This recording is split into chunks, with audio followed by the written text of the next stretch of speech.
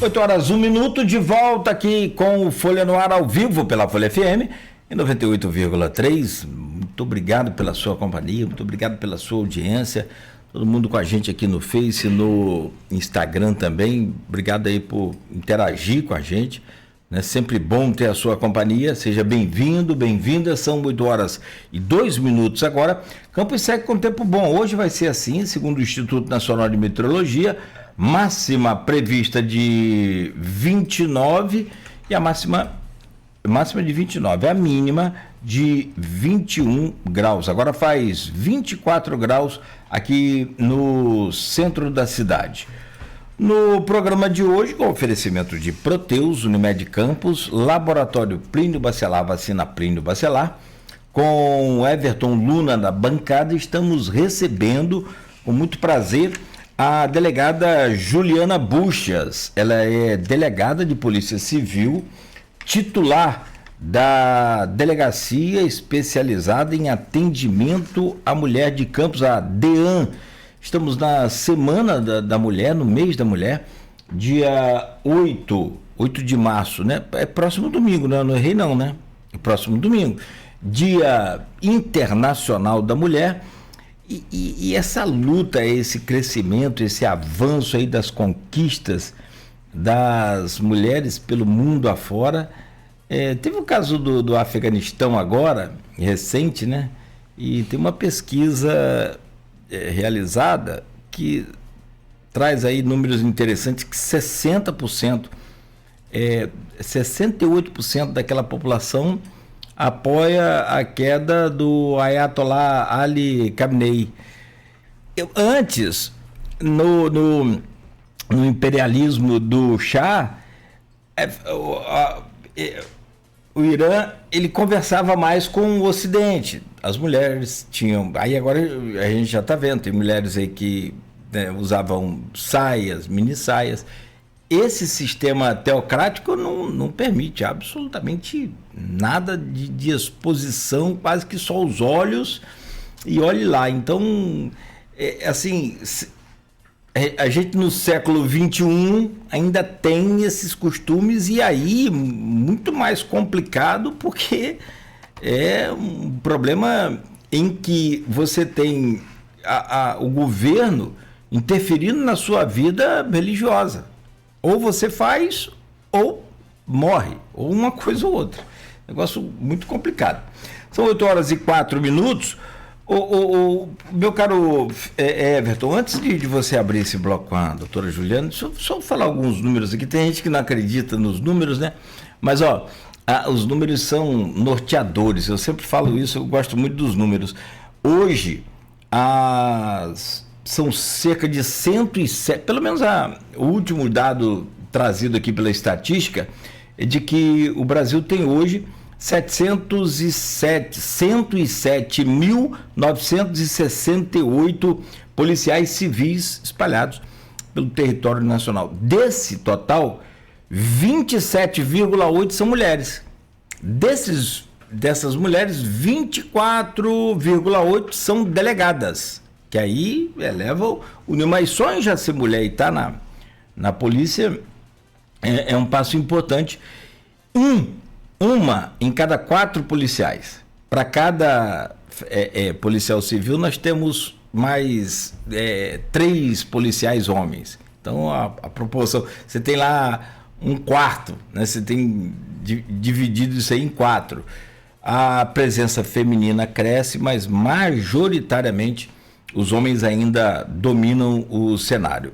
Os estados com maior número de delegacias: Bahia, 255 de delegadas, 255 delegadas. Rio Grande do Sul, 188, e também Roraima, com 34%, né, do seu contingente como mulher. Outro destaque aqui, o estado que tem menos delegadas é o Acre. É interessante, né? E só para a gente fechar, o estado do Rio, eu falei que São Paulo tem 84 DEANs, né, as delegacias especializadas de atendimento à mulher, Minas 42, com aqueles 800, eu acho que são 852 municípios agora. É muito município. Não, outro dia eu estava vendo. Você é da onde? Formiga. Você é da onde? Eu sou de Porteira. Cada uns nomes assim. Muito longe, Muito longe. E é no meio do nada. E tu anda. Mas como diz o mineiro, é logo ali. É logo ali. Muito bom. O Paraná tem 15, o estado do Rio tem 15 delegacias também. Nós temos 92 municípios, se me permite a informação. E, portanto, alguns números aí sobre a participação feminina nessa importante instituição que é a Polícia Civil, Everton. Sim, é a Polícia Civil que faz aqui em Campos, onde a gente acompanha mais de perto o trabalho da delegada, de toda a delegacia, né? A gente, que é da imprensa, a gente tem um grupo junto com eles e que a gente consegue acompanhar mais de perto esses casos. Nos últimos tempos, né, 2 casos chamaram a atenção, né, de toda a cidade, que é o caso da Amanda, né, e da outra menina que eu acabei esquecendo o nome, que ela foi achada em Lagoa de Cima. Foram 2 casos que nos últimos tempos chamaram muita atenção, 2 casos brutais e assim, até para o ouvinte também entender como funciona mais ou menos uma investigação, quais são as ações que vocês tomam, como que funciona o trabalho assim no dia a dia? Então, depende muito da situação, né? Essa situação dessa moça de Lagoa de Cima não era um agressor conhecido, né? E normalmente violência doméstica, a identificação da autoria é mais simples, digamos assim. Porque normalmente é alguém que a vítima sabe reconhecer ainda. Já existe um histórico, né, de violência. No caso dela, foi uma situação lá, ela era acompanhante, né? Era garota de programa e tal, e teve um desacordo lá sobre os termos do contrato, né? E para você ver o nível das pessoas, né? As pessoas estão matando por qualquer coisa, por qualquer problema. É difícil, né? Ser mulher, na situação que a gente vive, é difícil. Você precisa se proteger o tempo inteiro. Você não tem que se proteger só da rua, mas você tem que se proteger dentro de casa também. Mas, assim, a investigação, ela passa primeiro, né? Se não for um caso de feminicídio, qualquer situação de violência, normalmente o primeiro passo é com o depoimento da vítima, né? A partir do depoimento da vítima, a gente vai dar sequência ao que é necessário. Aí depende muito do crime, né? Se vai existir perícia, se essa vítima vai ser encaminhada para atendimento médico. A gente precisa, num primeiro momento, volto a dizer, preservar a integridade daquela pessoa, né? Depois a gente resolve as outras coisas que são urgentes também, mas o mais urgente é a gente preservar aquela vida, né? Se ela precisar de atendimento médico. Então a gente tem, muitas vezes a imprensa perguntar de casos de vítimas que precisam ficar internadas, ela já foi ouvida. Muitas vezes a gente vai até ela, né, para pegar umas primeiras informações preliminares, mas nem sempre a gente faz isso porque a gente entende que naquele momento ela precisa cuidar primeiro da saúde dela, acalmar, né, o que passou. Às vezes é um momento muito traumático, então a gente tem que ter essa sensibilidade também de respeitar para a investigação o tempo daquela vítima. Você falou uma frase agora que vai me marcar seguramente. Porque teve uma mulher também que esteve nesse programa, está sempre com a gente, e ela tem uma luta fantástica. Ela é pernambucana. Eu não sei se você conhece, deve conhecer, talvez até de palestras, de encontros. A Magnólia, da Marcha Mundial da Mulher. Ela faz parte desse movimento. Tanta gente que... Não, sensacional. E ela é uma pernambucana barretada, bicha. E assim, tem uma energia para lutar pelos direitos das mulheres. Fala que não tem que chamar marido de marido, não, é meu companheiro. Nós estamos aqui na guerra juntos. Então, essa coisa de hierarquia, não, muito legal. Mas ela falou uma coisa que, quando veio em uma das entrevistas, ela falou: Cláudio, você tem medo de vir para o centro, não tem? Eu falei: tenho. Eu venho muito cedo, venho a pé, moro aqui perto. A gente fica sempre alerta, né? Preocupado, como você falou. Sim. E o que você falou agora vai marcar, porque assim, ser mulher, a gente tem que se proteger nas ruas e dentro de casa também. Olha como é que isso é forte. Isso é interessante, é pesado. Ela falou, sabe o quê? Falou assim, pois é. E quando você vem, você tem medo de ser assaltado, uma coisa assim. É assim, assim. Você tem medo de ser estuprado? Eu falei, não, nunca pensei nisso. Ela falou, pois é. Eu venho para cá, ainda mais, assim, como está o centro de Campos hoje, muito abandonado, ou é muito cedo, está tudo fechado. A mulher tem medo de ser estuprada. Olha que coisa complicada que é ser mulher, e aí tem o seu caso, que é ser policial. Ajuda ou atrapalha essa questão? Acho que atrapalha, né? Atrapalha. Por mais assim que eu tenha uma noção, igual eu cheguei aqui cedo, olhei para antes de eu parar o carro, eu já olhei para um lado, olhei para o outro. Você olha o entorno, depois você desce, você olha o entorno de novo, você fica em alerta o tempo inteiro. E você fala assim, mas aí você pode portar uma arma. Tá, mas quem quer atirar em alguém? Quem quer? Quem quer ter que passar por uma situação dessa? Ninguém quer. Você tem como se proteger? Tem, mas é o que você quer? Você quer precisar se proteger? Né? Você só quer ir lá, fazer seu trabalho, fazer o que você tem que fazer e voltar para casa, tranquilo, né? O ideal seria que a gente não precisasse ter esse tipo de preocupação. Mas a mulher tem uma preocupação a mais que os homens não têm. Algumas linhas de pensamento falam que ter uma arma em casa ajuda a proteger a mulher. A mulher ter uma arma ajuda a protegê-la. Na sua experiência do dia a dia, da sua análise, como você percebe essa questão de uma mulher ter uma arma em casa para se proteger? Olha, é difícil dar uma resposta para isso, né? Porque é um tema muito sensível. Eu não acho que funcione da forma como as pessoas acham, né? Normalmente quem defende ter uma arma para se proteger, como é que é feito o manuseio daquela arma? A pessoa tem capacitação para usar aquela arma? Ela vai ficar tranquila se ela precisar de fato usar aquela arma? Eu acho que é uma análise muito pessoal, né? Eu falo por mim, assim, se eu precisar usar uma arma, é lógico que eu não vou me furtar a usar numa situação de extremo risco, que está oferecendo risco para mim ou para alguém da minha família. E você é uma pessoa treinada para usar uma arma, né? Exatamente. Mas, assim, como é que vai ser o pós disso, né? A gente também não pensa. É lógico que tem situações que não tem jeito, mas será que você vai ficar tranquilo com isso? Eu prefiro não precisar usar, né? Lógico que eu sou policial, então se eu precisar é diferente de uma pessoa comum. Mas assim, eu acho que não é tão simples como a gente vê as pessoas vendendo a ideia de que não, você só tem uma arma dentro de casa que eu estou protegido. Não é assim. Numa residência com um histórico de violência contra a mulher, seja física, psicológica, financeira, das inúmeras violências que a gente vê que podem acontecer. Ter uma arma traz mais perigo à mulher? Muito, muito, porque no momento de impulsividade, que a pessoa está ali, às vezes, sob efeito de droga, sob efeito de álcool, a gente não sabe o que pode acontecer. E ainda que uma violência vá deixar traumas, ela talvez não vá acabar com a vida, né? Uma arma, ela vai acabar com a vida daquela mulher. Assim, e você já falou aqui sobre o ovo e a galinha, algumas vezes a gente comentou o que veio primeiro, ou seja, o que faz aumentar essa percepção de violência contra a mulher que a gente tem hoje em Campos, mas no Brasil inteiro.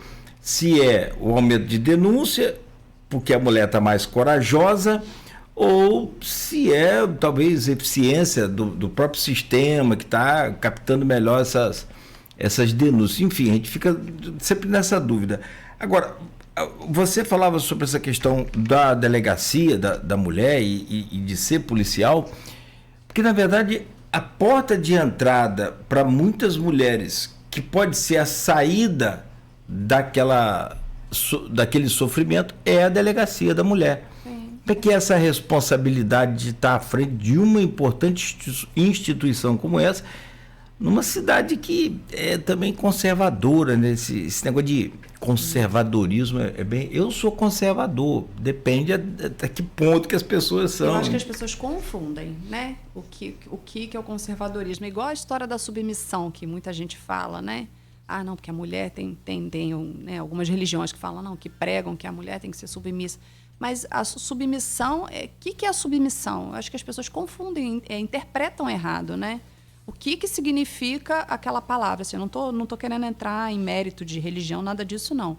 Mas, assim, acho que as pessoas têm um pouquinho de dificuldade de dizer até que ponto que eu tenho que tolerar, até que ponto aquilo dali é saudável para a minha vida, para o meu relacionamento, para a minha relação com os meus filhos, para o exemplo que eu vou dar para os meus filhos e para as outras pessoas. Né?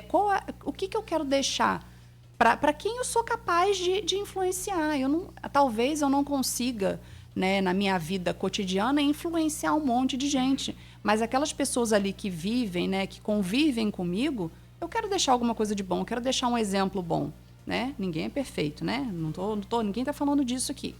Mas, assim, a responsabilidade é muito grande. Então, assim, uma mulher, quando ela entra na delegacia, você falou de coragem, né? Eu acho que tem muito da coragem, tem muito da informação, que até a imprensa mesmo, a gente fala muito mais do que a gente falava há 5 anos sobre violência contra a mulher, sobre os mecanismos de proteção a essa mulher.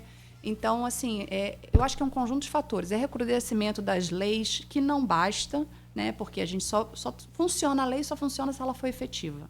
E o que a gente vê hoje são leis severas, né? Com penas altíssimas, mas que no final das contas ali, como você falou, tem 3 anos o caso Letícia e até hoje não terminou o julgamento. Tudo bem, ele está preso e tal. Mas, assim, a sensação para a família, parece que a família vai revivendo aquela dor ao longo do processo. Porque o processo judicial, para qualquer pessoa, né? Ainda mais um criminal, eu acredito que seja mais um reviver do trauma. Para uma pessoa que é vítima de feminicídio, a família ela continua ali e ela continua vivendo aquela situação ali dia após dia, até que aquilo, né, seja colocado um fim naquilo. Então, assim, a delegacia é a porta de entrada, mas ela é só o primeiro passo. A mulher ela precisa estar consciente e fortalecida da decisão dela. Por isso que é importante, a gente tem no município, né, Campos, eu ainda falo que é um município privilegiado, porque a gente tem uma rede de proteção, além de TDAM, você tem o CEAM, né, que fortalece essa decisão, né, com a equipe multidisciplinar, você tem outros órgãos que de certa forma, eles ajudam, né, seguram a mão dessa mulher nessa caminhada que não é uma caminhada fácil. Porque não basta só eu tomar a decisão, eu tenho que manter a decisão. E ao longo do processo, que é um processo doloroso, né? Um processo criminal é uma coisa demorada, tudo que envolve justiça é burocrático e demorado, né? Todo mundo sabe disso. Talvez a mulher, quando entra, ela não sabe que vai demorar tanto, mas demora. E ela, aí, no meio do caminho, vem alguém, né? Alguém, às vezes, da família e fala assim, mas você vai manter isso? Você vai continuar com essa medida protetiva? Você está afastando o pai dos filhos? Não sei o quê. Vem aquela coisa toda e vem esse conservadorismo também, né? Que é uma coisa que já está arraigada dentro da pessoa e, em algum momento, ela desiste. É comum a vítima voltar à delegacia ou procurar o Ministério Público ou procurar o Judiciário para falar, eu não quero mais dar seguimento. Eu já presenciei algumas vezes dentro do fórum, no corredor, pessoas aguardando audiência e falando assim, não quero mais, como é que eu faço para dar baixa nisso? Não queria nem esperar a audiência. Mas aí, e aí? É um crime. É um crime. Não pode dar. Mas aí, o que eu vou fazer? O que o juiz vai fazer? Vai obrigar a vítima a reviver aquilo? É complicado. Assim, de um lado, você tem uma situação, eu já ouvi, né? Às vezes a gente conversa, a promotora que está na vara de violência é muito atuante e tal. E ela fala assim, às vezes eu tento conversar com a mulher, ela não quer mais. E assim, eu sei que existiu, mas às vezes como é crime, né, de violência doméstica, não tem testemunha, não tem ninguém. Eu só tenho a palavra dela. Eu faço o quê? Como é que eu vou obrigar essa mulher a falar o que ela não quer falar? Voltando um pouquinho, doutora, na sua percepção, na sua atuação, quais são os fatores de riscos combinados que mais levam à violência doméstica e ao feminicídio? O feminicídio, ele nunca, eu me arrisco a falar nunca, é difícil a gente falar nunca ou sempre, mas ele nunca vem sozinho, né? Ele nunca é o primeiro ato de violência. Todas as situações que a gente vê, né, por aí, aqui em Campos e no resto do Brasil não é diferente, sempre existe um histórico de violência. Não digo necessariamente de violência física. Se você... todas as vezes, né, que a gente vê uma situação de feminicídio, que as pessoas falam assim, vai procurar conversar com familiares, com amigos próximos, existe um histórico de violência. Ou é violência psicológica, ou muitas vezes violência física, e é sempre aquele acreditar que aquilo não vai chegar ao ápice, né, ao ápice do feminicídio. Então, assim, são fatores mesmo de dependência. Eu não diria nem dependência. Lógico que a dependência financeira ela é impactante, é o que faz muitas mulheres permanecerem em relacionamentos adoecidos, né, abusivos, ou enfim, esse tipo de relacionamento, mas a dependência emocional. E, às vezes, ela não se enxergar como vítima, ela naturalizar aquele comportamento. Né? Tem mulheres que chegam na delegacia e elas narram, olha, aconteceu, ele fez isso comigo. Aí todos os policiais são treinados para perguntar, tá, foi a primeira vez? O que aconteceu? Ele já te bateu, já te ameaçou, já te ofendeu? Ah, não, ele falava isso, falava que eu não prestava para nada, que não sei o quê, aquela história toda, não me deixava fazer isso, ele não gostava muito da minha família, ele limitava o que eu fazia, o que eu gastava, E ela não percebe que ela está noticiando que ela foi vítima de violência há mais tempo. Ela só percebe, muitas mulheres só percebem que são vítimas quando elas sofrem a primeira agressão física. E nem sempre, para acontecer o feminicídio, precisa ter tido agressão física antes. Às vezes é só um histórico de ofensa, de diminuir, de tentativa de diminuir a pessoa, de limitar a pessoa. E aquilo dali, em algum momento... A gente teve um caso aqui, que relativamente recente, acho que foi ano passado, não lembro ao certo. A gente prendeu um rapaz por perseguição. Ele nunca tinha encostado um dedo nela, ele nunca tinha batido nela, ele nunca tinha ameaçado ela explicitamente, nunca tinha xingado ela, nada disso. Ela simplesmente terminou o relacionamento porque viu que não estava dando certo, ele sufocava ela, ela terminou. E ele não aceitou. Ele ia atrás dela, dizia que amava, não sei o quê, não sei o quê. Aquela coisa toda. Procurava no trabalho, procurava em casa. Ela cantava, né, em alguns bares aqui da cidade. Aí ele ia, aparecia lá e ficava lá olhando ela. Acompanhava ela até em casa, pedia para voltar e ela não queria. Um belo dia ele pegou ela num salão, ali acho que foi no Jockey, se eu não me engano. Deu um tiro no salão, pegou ela, força, botou dentro do carro e foi com ela para Tafona. E ele se matou. Só que, assim, ele se matou no momento que ele foi interceptado pela polícia. E não tem como dizer, né? Não tem como adivinhar. Mas, assim, para mim, ele ia matar ela, ia se matar em seguida. E como ele foi surpreendido, ele desceu do carro, o policial já com a arma apontada para ele acabou dando um tiro na cabeça e se matou ali na frente dela. Então, assim, podia ter acontecido uma tragédia ainda pior. Não que o desfecho tenha sido bom, né? Foi péssimo. Né? Até porque essa mulher também presenciou essa cena toda, né? Passou por essa situação toda, enfim. Ela ficou traumatizada, depois de um tempo a gente ainda manteve contato com ela. Então, assim, às vezes, aí você fala assim, foi só uma perseguição. Não foi só uma perseguição. Às vezes são situações que são pequenas, que parecem menores do que aquela mulher que aparece toda roxa, toda machucada, e é uma situação que pode evoluir para uma situação grave. Então, assim, toda situação a gente não tem como prever. Se eu falar para você que eu tenho como prever, a gente sente algumas coisas assim, que gritam, né? Fala assim, aquela situação dali pode dar problema. Mas não são todas, eu não tenho como, né? Por mais que a gente esteja acostumado a trabalhar com isso, eu não tenho como falar, não, essa daqui vai dar problema, isso aqui não vai dar. Não tem como. Então, qualquer sinal, por menor que seja, a gente não pode ser descartado, não pode ser ignorado. Mais uma pergunta. A taxa de reincidência, um exemplo, a mulher foi ao DEAN, abriu o boletim de ocorrência. Uhum. A taxa de retorno é alta? Como que isso tem funcionado na prática? Assim? É alta. Sim, tem muitos casos que voltam a acontecer. Tem muita gente que fala que medida protetiva não serve para nada. Ela serve. Porque se você pegar as situações, pelo menos durante a vigência da medida protetiva, né?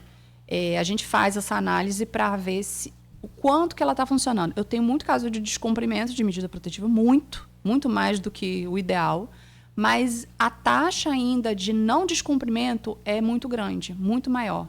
Não porque ele respeita nada não, tá? Mas é medo de ser preso mesmo, porque ele sabe que lá na decisão judicial que dá a medida protetiva vem lá escrito, o descumprimento pode acarretar a prisão preventiva. Eu acho que sim, algumas pessoas têm um efeito pedagógico muito bom. Lógico que não abrange todas as pessoas, né? Tem muita gente que volta. Tem casos ali que tem 5, 6 descumprimentos. O cara só sossega quando vai preso. Teve um que a gente prendeu já 5 vezes. Aí ele fica lá não sei quantos meses, né? Até o juiz liberar, preso. Ele sai, não dá uma semana, ele já está atazanando a mulher de novo. Agora ele está preso de novo, é esse que eu estou falando. Só a gente já prendeu ele 5 vezes. Então, assim... vai chegar uma hora que o juiz vai falar, realmente, esse daí não tem condição de voltar, porque, né? Esse aí parece que tá naqueles casos que você falou, esse aí tá gritando. Tá gritando. O cara que foi preso 5 vezes e comete o mesmo crime. E, assim, o usuário de droga. Então, assim, tem todo um agravante, né? Então, é uma coisa que preocupa mais, porque na hora que ele tá sob efeito de droga, ele não respeita ninguém. Tem que ter 3 policiais para segurar ele, né? Porque ele fica totalmente fora de si. E isso é comum, né? Mais comum. Muito comum. Fica machão encorajado, né? Não sei contra outros homens, né? Contra a mulher, o cara cresce, né? Tem isso também, né? Sim.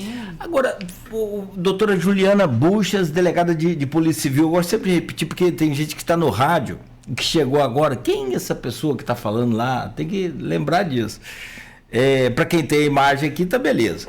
Mas assim, doutora Juliana, tem um caso também que eu vou te pedir para, se for necessário, cortar na pele.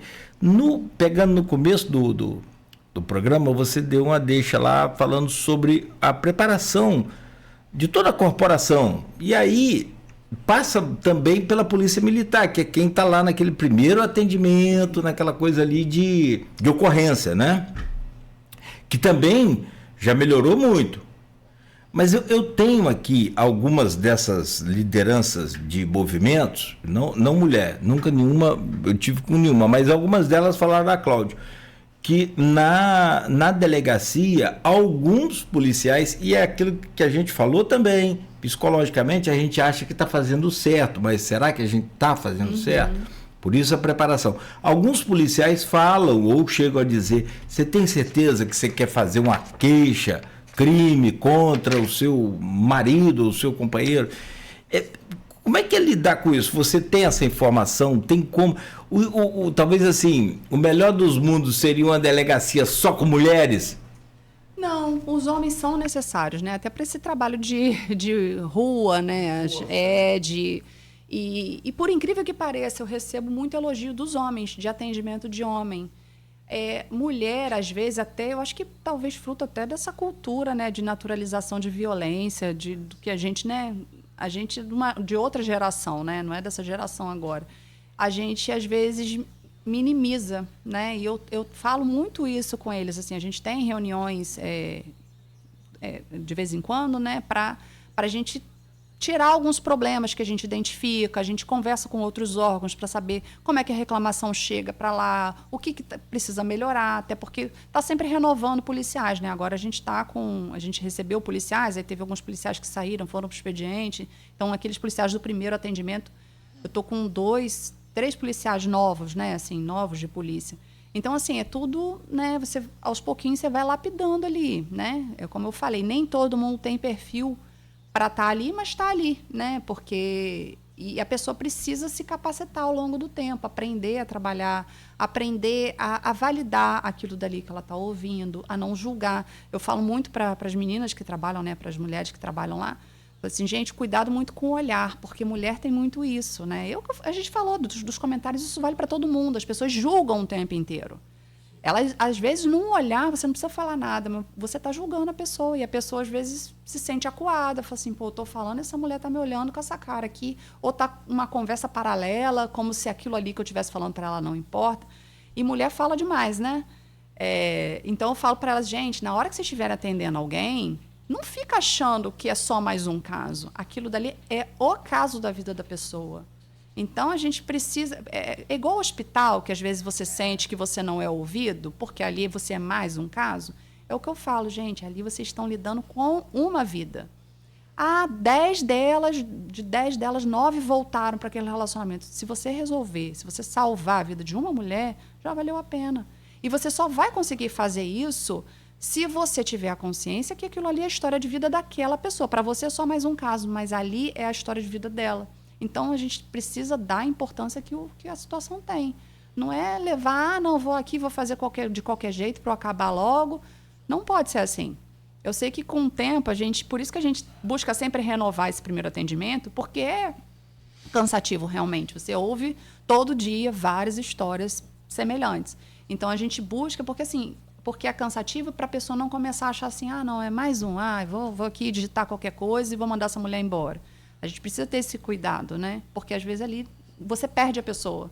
Se você não der um bom atendimento, aquela pessoa dali nunca mais volta, não procura mais órgão de proteção nenhuma e vai voltar a falar, o jeito é eu ficar com ele mesmo, porque, né, a polícia está dizendo para mim...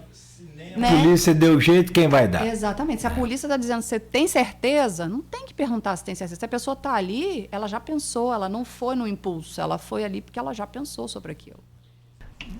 Assim, tem uma outra coisa também interessante, eu queria que você analisasse para a gente, e aí a voz da sua experiência e também de uma mulher.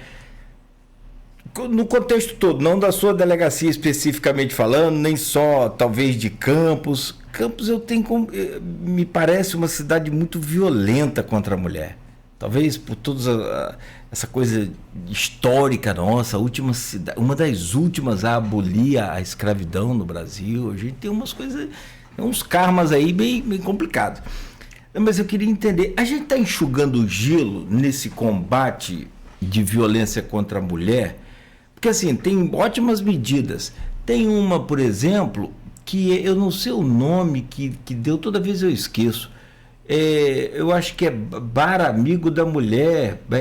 Tem uma lei municipal que, assim, aquele estabelecimento que treina os seus funcionários para perceber qualquer tipo de violência contra a mulher e ali mesmo ele já acolher essa mulher imediatamente e acionar a polícia. Tipo assim, uma coisa bem interessante.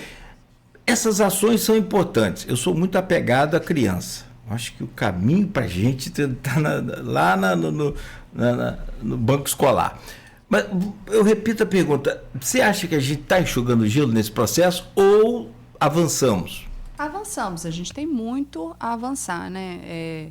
Mas é o que eu falei, assim, uma pessoa que a gente consegue fazer quebrar aquele ciclo de verdade, retomar a vida, já valeu a pena. A gente não vai conseguir fazer isso com todas as mulheres, infelizmente, porque é natural, né, ela voltar para o que ela conhece, porque ela vive já há 20 anos.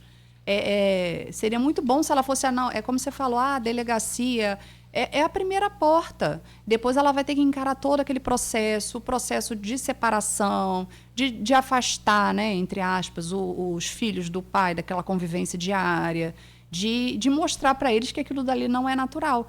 Mas vão ter mulheres que vão realmente estar fortalecidas e vão conseguir sair daquilo dali, vão ser felizes, vão viver suas próprias vidas, vão ter seu emprego, né? A gente tem exemplos de mulheres que conseguiram, né, que não trabalhavam e que conseguiram uma capacitação, né, uma ajuda e tal, e conseguiram se capacitar, hoje estão trabalhando, estão criando os filhos, enfim, e estão tendo uma vida que é o que todo mundo merece ter, uma vida tranquila, uma vida normal. Essa dependência financeira é criada psicologicamente também. Sim. Não é que a mulher seja incapaz e que ela não consiga produzir mesmo tendo um filho recém-nascido. Não, consegue sim. Sim. Muitas vezes, Cláudio. Fácil não é, ninguém está dizendo que é fácil, né? Nós não somos mais não, assim. Lógico que não é, porque às vezes, né, tem essas mulheres que têm filhos pequenos e às vezes a família vira as costas, você não tem com quem deixar, você não tem trabalho, então, consequentemente, você não tem como pagar uma pessoa para ficar com seus filhos, aí como é que você faz? Na teoria é tudo lindo, né? Mas... E a violência psicológica, ela vai por esse caminho, né? Porque ela vai minimizando a autoestima da pessoa, sim, que aí ela não consegue se enxergar no mercado de trabalho. E aí essa...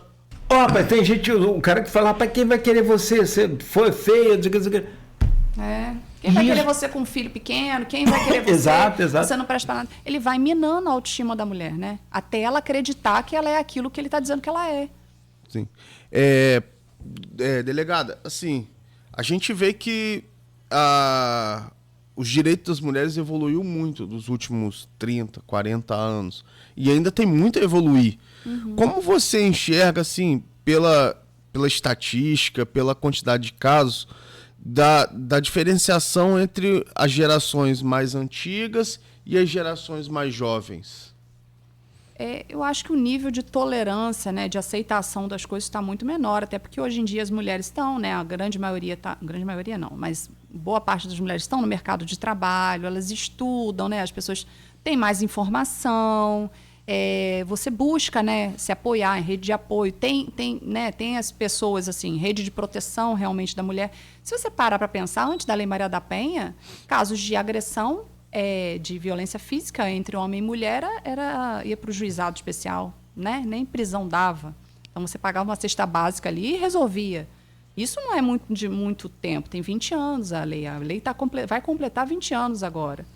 E de lá para cá já tiveram alterações que foram, né, realmente dificultando, recrudescendo essa normativa, né? A própria violência psicológica é um crime relativamente recente, o incremento da pena do feminicídio, antes era um tipo de homicídio e hoje é um tipo próprio. Então, assim, o crime de perseguição, que era uma coisa que não era prevista, né, em lei. Então, assim, tem muita coisa, né? Fazer essas coisas funcionarem e acompanhar a evolução é que é difícil, né? Mas, assim, já melhorou muito. Mas a gente fala, né? Toda melhora, ela não é no tempo que a gente espera. Ela é devagar, ela é progressiva. O importante é a gente não voltar para trás. A gente ir caminhando devagar, mas pelo menos ir caminhando para frente. Sim. A senhora acredita que a Lei Maria da Penha é a grande virada de chave da questão feminina no Brasil? Com certeza, com certeza. Tem um papel muito significativo, né?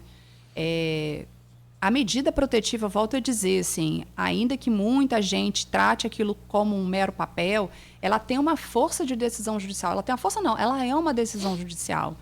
E, assim, é lógico que nem todo mundo dá o devido valor a ela, né? Assim, tem homens que realmente estão totalmente fora da curva e para eles não tem outro jeito que não a prisão, né? Infelizmente, no final das contas, é isso que vai acontecer. Mas, para a grande maioria dos casos, para situações que a gente precisa resolver aquilo dali, pelo menos naquele momento imediato, para a mulher poder seguir a vida dela, ela funciona. E ela veio com a Lei Maria da Penha, né? E essa modificação da legislação para acompanhar realmente a evolução. Olha, você descumpriu, você está sujeito à prisão preventiva. Isso tem uma força. Porque, de fato, acontece. A gente, vira e mexe, está prendendo gente por descumprimento de medida protetiva, que é um crime autônomo também. Então, assim, vai resolver 100% dos casos? Não vai. Porque passa pelo que ele falou. A gente precisa mudar a mentalidade dessa nova geração, dessas crianças hoje. O que eles estão vendo? O que eles têm de exemplo? O que eles naturalizam? Porque a gente mesmo, né, a nossa geração, ela naturalizou muitas coisas que hoje em dia não são mais aceitáveis. O marido de Dona Maria da Penha, seu Marco Antônio Herédia, ele, em 1983, deu um tiro nas costas dela, dormindo, tentou eletrocutá-la e só foi definitivamente julgado em 93, 10 anos depois, só começou a cumprir a pena agora, em 2002. Então, assim, olha, amoroso, né? Olha essa extensão, esse prazo, né? Aí, respondendo em liberdade, aquilo que a gente falou aqui, vai e fica por isso mesmo, e vamos que vamos. Quer dizer, são assim, e isso ganhou o mundo. Por isso, talvez, que ele tenha sido até recolhido definitivamente, senão ia ficar por isso mesmo. São a gente tem situações absurdas que a gente vê que não chegam muitas vezes à mídia. A gente fala de situações assim, igual o caso Letícia, não que não tenha importância, tem uma importância gigantesca por ela e por todas as outras vítimas que sofreram mesmo que ela, sabe? De mulheres que, de repente, apareceram, né, que foi para a imprensa um dia e depois as pessoas esquecem, né, porque as pessoas, é tanta coisa ruim acontecendo que meio que vai uma notícia substituindo a outra. Só que a família, ela vivencia aquilo dali, né? Ela vivencia todo o processo. E a vítima, se estiver viva, ela vivencia aquela violência cada dia que o cara está solto. Cada dia que ele não foi julgado por aquele crime. Tem essa questão de você ter criança nesse meio. Esse caso da Letícia, ele é apavorante. Essa situação que aconteceu recentemente em Goiás também, que o cara matou os filhos depois se matou para se vingar da mulher. Isso acontece, né? Não. Você sabe que julgaram a mulher na hora, né? Sim. Aí todo mundo... Eu falei assim, gente, mas que mundo que a gente está vivendo? Quantos casos de traição a gente vê por aí de homens que traem? Vamos supor que a história lá que eles estão falando, que ela traiu e por conta disso... Eles estavam separados desde dezembro. Tá, mas ainda que não tivesse. Vamos supor que não tivesse. Pior, que ela tivesse traído. Gente, imagina se cada mulher que fosse traída matasse os filhos para se vingar do marido. Não tinha mais criança no mundo, não? Porque pela estatística... O que uma coisa tem a ver com a outra? Desproporcional. É desproporcional. Gente, traiu, você teve um problema no relacionamento que você não quer, separa. Né? Ninguém é obrigado a ficar com ninguém. Cada um segue sua vida. O que as crianças têm a ver com isso? Zíbia Gasparetto, Ninguém é de Ninguém. É um livro bom. É espírita, mas esquece religião, você vai entender esse processo aí, que ninguém é de ninguém. E essa coisa que você falou agora há pouco.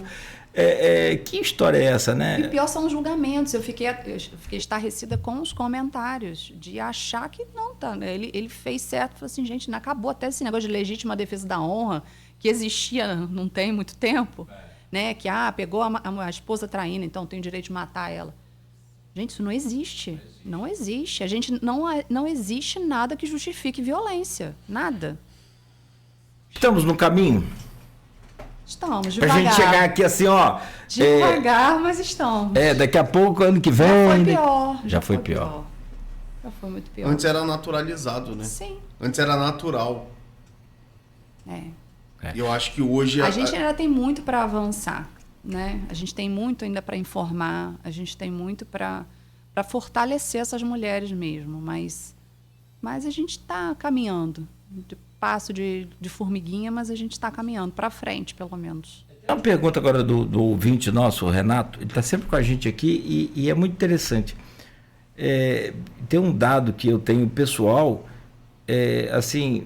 Quando eu cheguei aqui, eu venho de Italva. Minha mãe tá conversando com ela domingo, eu, rapaz, como que tá o crime aqui? Em Italva, que todo mundo conhece. Não, você Évita é filho da Ana Marinha. Lá conhece, tipo Minas, conhece o povo todo. A 8ª geração. Ela falou, como que o crime tá aqui? Hoje você passa as pessoas aqui que a gente nunca viu, que mora aqui no morro, mora aqui do lado, mora aqui perto. E a coisa... Depois daquelas UPAs, deu uma espalhada, né? O pessoal foi, né? Descentralizou um pouco, né? Macaé, por exemplo, sofreu muito com isso, Cabo Frio, aquela região ali. Muito. Hoje Pedro Emílio, colega da senhora, está lá fazendo um trabalho extraordinário, né? Levando raio lá. Levando, eu passo lá de vez em quando e falo, ei Pedro, como é que tá? Lá tá bem violento. Tá, mas ele conseguiu reverter muito e tem trazido aí números bem... Muito trabalho, né? Não, muito trabalho. Ele contou meio que o segredo pra gente, que não é que é segredo, a gente conversando aqui com ele, na bancada do Aloysio, como é que é o processo, o que é que faz para diminuir essa violência? Ele falou, cara, os processos de busca e apreensão, que falta estrutura, a gente sabe, Sim. Conhece, e é isso que a gente vai falar aqui, quando eu te perguntava, a gente comentando, ele conseguiu dar andamento naquilo tudinho, mandado de busca, de prisão, de apreensão. Eles têm uma parceria muito boa com a prefeitura de lá, né? Isso fez muita diferença. Então, assim, a prefeitura lá tem um convênio de RAIS com as delegacias, então eles colocam pessoas para trabalhar lá, né? Não a prefeitura, né? Mas eles abrem, porque a gente tem um regime adicional de serviço, né? Da polícia. O que o Estado fornece é muito pouco. Né? Lá a prefeitura banca esse serviço, então ele consegue incrementar todos os setores da delegacia com essa força extra, né? Que faz muita diferença. Eu acho que são R$200, alguma coisa assim mesmo. Eu tenho 20 aqui, então, né, é uma diferença discrepante. Mas ele conseguiu, lógico, né? Você vai aprendendo sobre a cidade também. Ele está há muito tempo lá. Ele fez um trabalho muito bom aqui em Guarulhos também. Fez né? também. Que ele estava em Guarulhos. Mas, assim, a gente tem essa limitação de pessoal mesmo, né? Conhece Pedro Emílio? Só de ouvir falar. Pai, então deixa quieto ele lá.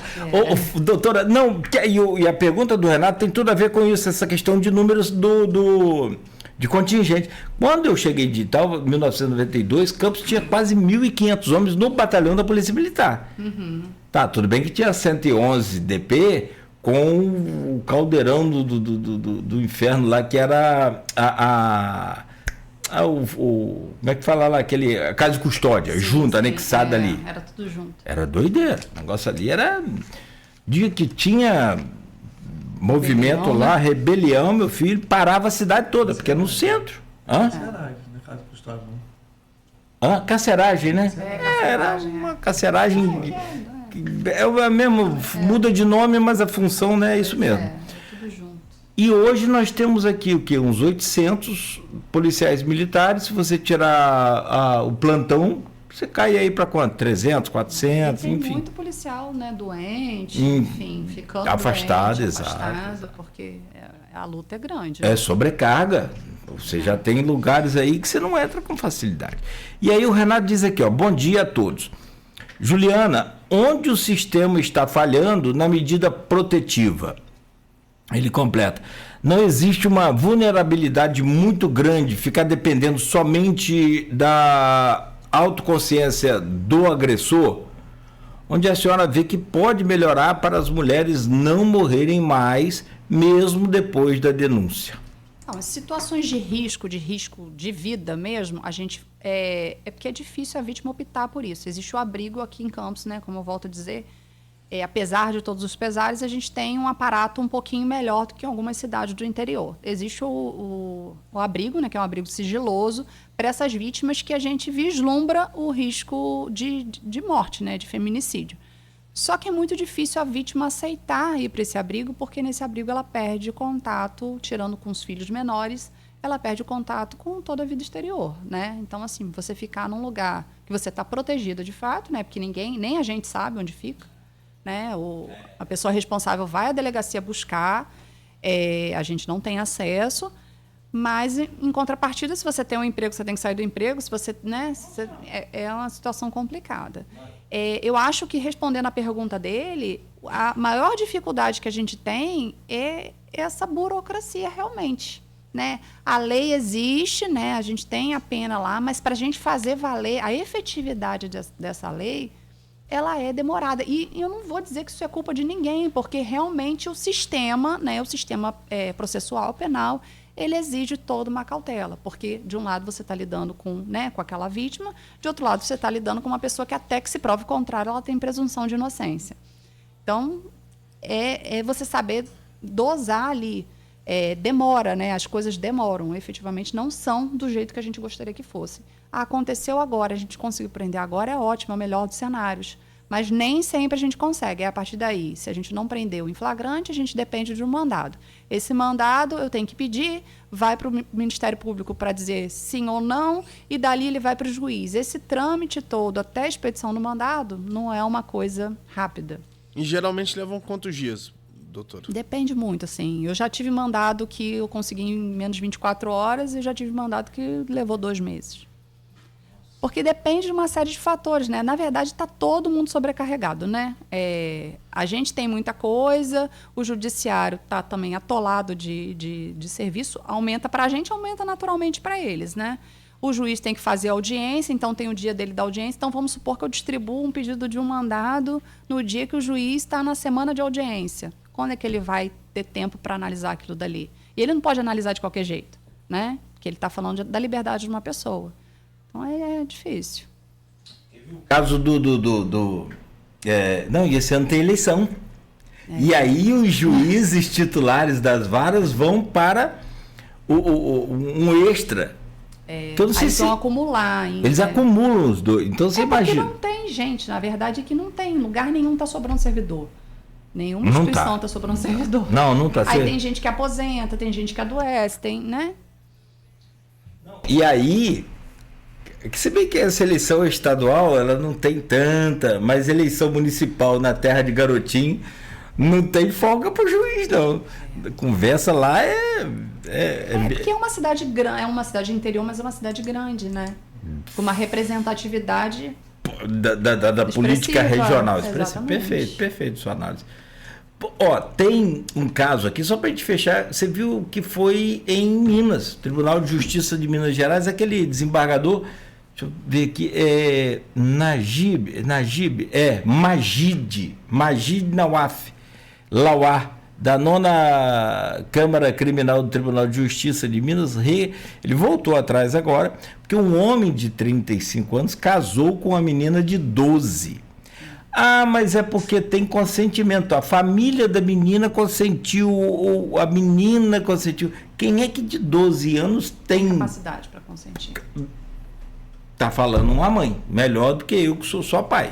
Então, assim, como é que é isso, doutora? Também tem essas coisas loucura, também. Né? De vez em quando a gente vê umas aberrações dessas. Porque, assim, a gente pega situações e é cada vez mais comum, né? Hoje tem muita criança, até pelo exemplo que vê, tá hipersexualizada. É natural, infelizmente, mas a lei é clara e não tem, é clara e cristalina, a jurisprudência é cristalina no sentido, abaixo de 14 anos você não tem capacidade para dar consentimento. Abaixo dos 14 anos, qualquer ato libidinoso, não precisa de penetração, não precisa de nada disso. É estupro de vulnerável e ponto. Não tem espaço para discussão. Eu não sei da onde que ele tirou essa interpretação, que felizmente assim foi bem criticada, né? E provavelmente essa repercussão toda que fez ele voltar atrás é absurdo, gente. Criança tem que estar estudando, tem que estar sendo criança, ela não tem que estar fazendo outra coisa. É lógico que é o que eu falo, assim, as coisas vão evoluindo conforme, né? O mundo é dinâmico, né? A vida é dinâmica. Mas você pegar uma criança de 12 anos já existe, né? A partir dos 14 anos, de fato, a criança tem relação, é consentido, não existe estupro de vulnerável ali. Às vezes a gente até recebe, né, pais indignados, porque a filha de 16, e a gente explica, né, que se foi consensual, infelizmente não tem crime, não tem o que ser feito. Ainda que você não concorde e tudo mais. Mas 12 anos estabelecer família, constituir família, não existe. Tão errado, porque eu trouxe esse assunto só para fazer um comentário para a gente fechar. Que vem daí, talvez aquilo que a gente falou também, a gente não para ler as coisas e entender que o brasileiro ele fala, a justiça soltou.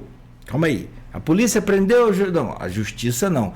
Mas talvez por decisões assim é que condenam-se toda a cadeia, toda judiciária, o processo, né? Não, a lei tem brechas na lei que fazem com que os bons advogados consigam, né, reverter. Mas nesse caso aqui, não, isso aqui foi uma aberração. Tanto é que agora já surgiu uma denúncia contra ele, ser também abusador. Olha que você viu, parece que foi um cunhado, um familiar dele. Sobrinho, uma coisa assim. Doutora Juliana, eu já tinha admiração pelo seu trabalho aqui de longe, a gente fica vendo aí. Você sabe que Campos, em compensação, tem esses números assim bem complicados, mas por outro lado nós temos umas meninas aqui super poderosas.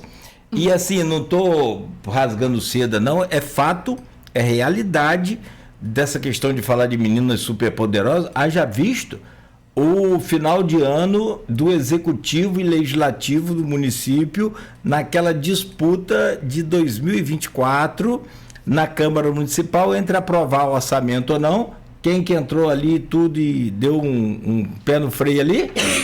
As meninas do Ministério Público. Então, eu já tinha aqui a minha seleção de meninas superpoderosas. Agora, não só essa coisa de acompanhar o seu trabalho lá, mas sobretudo agora de gratidão por estar aqui com a gente. Espero que a gente esteja aqui em outras oportunidades comemorando bons números. Quem sabe, né? Eu acho que o trabalho depende um pouco da gente aqui da imprensa, um pouco de vocês lá e os educadores, os pais, os vizinhos, que não tem mais aquela história de briga de marido e mulher não se mete a colher. Tem que meter, tem que dar um basta. E então, Everton, se você não tiver mais nenhuma pergunta aí... Eu só quero agradecer a doutora Juliana pelo todo bom trabalho que ela tem feito à frente da DEAN, junto também com a Carla Tavares, da 134, são mulheres delegadas e que fazem um trabalho excepcional. Conte sempre com a Folha da Manhã para poder a gente repercutir o trabalho e mostrar à sociedade o que vem sendo feito, mesmo que o avanço não seja o que a gente gostaria, mas é o avanço que a gente tem. Então, eu gostaria de agradecer e te parabenizar também pelo ótimo trabalho sendo feito. Pelo Dia da Mulher. Pego carona aí nas suas palavras. Obrigada. Parabéns. Mãe de 3, policial e delegada. Obrigado pela presença, boa sorte. Transmito um abraço lá a toda a sua equipe. Tá. E a doutora Carla também, essas mulheres que fazem aí da vida mais tranquila. Obrigado. Obrigada. Bom, são 8 horas e 55 minutos. Conversamos aqui ao vivo com a doutora Juliana Buchas, que é delegada de Polícia Civil, titular da Delegacia Especializada em Atendimento à Mulher, DEAN, de Campos. Fechamos o Folha no Ar de hoje. Amanhã estaremos de volta às 7 da manhã, no oferecimento de Proteus, Unimed Campos, Laboratório Plínio Bacelar, Vacina Plínio Bacelar e Radmed Diagnósticos por Imagem. Tem só um negócio aqui agarrado aqui na mente. Achei aqui o nome da lei que institui o protocolo de segurança para as mulheres nos bares de Campos, e é uma sugestão, se me permite dar aos empresários aí, muito legal, que é Mulher Segura. É mais uma. Tem uma marca de batom na mão que a mulher pode fazer, né? Tem aquele negócio de abrir e fechar a mão também, né? Que uma espécie de um sinal, é um sinal de socorro que a mulher pede. É importante capacitar, né, as pessoas para saberem identificar essas situações. Perfeito. Aí o bar precisa ter, ou estabelecimento, casa noturna, né? Pode colocar, acho que dessa forma, boate, bar, lanchonete, restaurante. Auxílio imediato, né? Quem vai dar os funcionários devem treinar para identificar essas mulheres e socorrê-las. Pontos de apoio, também com sinalização interna, aquela coisa toda. Protocolo de ação, que aí vem o acompanhamento da vítima até um local seguro, seu carro, o transporte, e o acionamento da polícia. Né? E leva aí o selo amigo da mulher. Naturalmente, fortalece aí mais um serviço para os clientes. Acho legal. Gente, bom dia para vocês. Bom dia. Valeu, até amanhã. Até amanhã. Bora. Tem só um jornal para fazer, né? Só. E amanhã, Nogueira, teremos aqui Isadora Linhares, da OAB Mulher. Legal. Boa também. Amanhã, nossa convidada para bater esse papo com a gente sobre direitos, sobre como levar a vida, né? Como se proteger contra essas covardias. Gente, 8 horas e 58 minutos, fechamos o Folha no Ar de hoje. Até amanhã com novas informações aí a qualquer momento. E você siga aí ouvindo a Folha FM.